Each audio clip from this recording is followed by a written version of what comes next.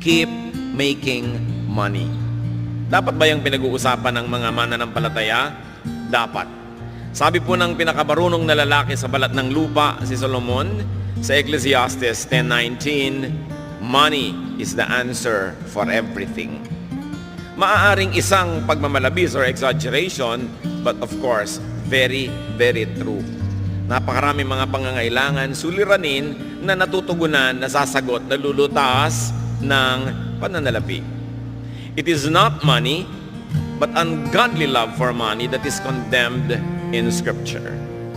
Hindi galit ang Biblia sa pera. Ang galit ng Biblia ay sa pag-ibig sa pera na nagiging bunga para or dahilan para tumalikod ang tao sa Diyos at sa kanyang kapwa. Spirituality should not deny money nor money making because money buys many good things and money enables us to maximize